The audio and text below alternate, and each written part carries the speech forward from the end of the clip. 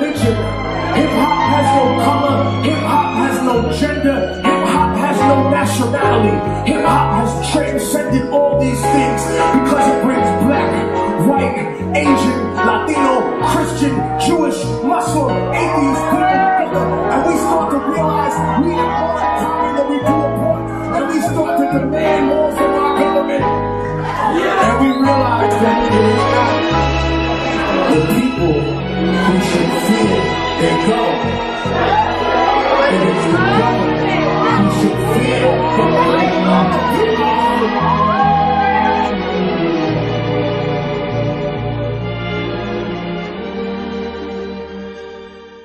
It's your boy Young Kick, the real deal, Flow Sick, baby. You already know what time it is. Repping this 16, this London all the way to the top. We in Camden Town doing what we do best, you know what I'm saying? Trying to grind, trying to make this money.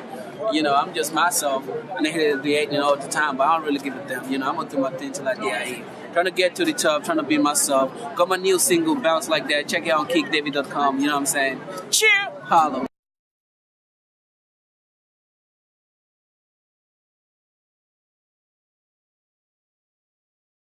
So yeah, graffiti is, you know, graffiti is in my blood.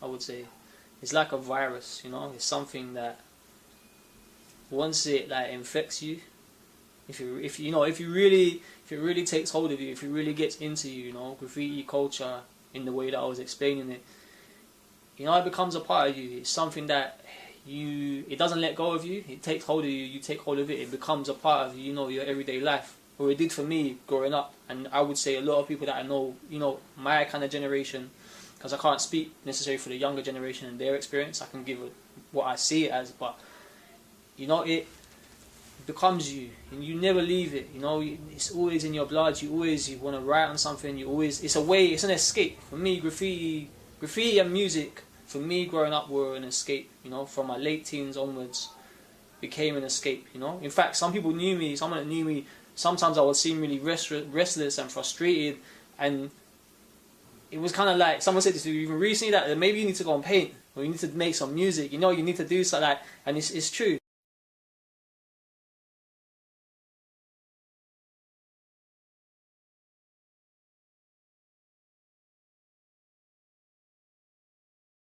Lawyer today, and it's like if you don't have money, no one wants to hear what you have to say. I mean, you could be the worst case scenario, but because you don't have money, you can't do nothing because the world is based around those who have money. Don't listen to.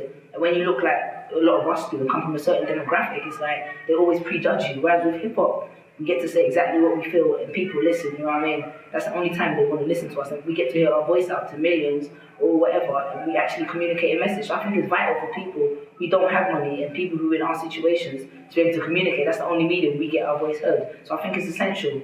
Any kind of music in general, but hip-hop particularly, it comes from that environment, that impoverished background whereby no one's listening to what the people are saying, and it kind of allows us to highlight issues. So I think it's definitely what we have right here this evening at Jazz Cafe is much more than just hip-hop music. It's more than soul, jazz, blues, R&B. It's more than grime or jungle, more than folk, more than blues. It's more than Kizomba, but for the now, Arabetta or Zouk. More than Bambara. It's our pain and our tears, our love and our fears. The language of my ancestors and your ancestors. It's the universal language of love, peace and unity. Because what we have right here tonight at Jazz Cafe is our legacy.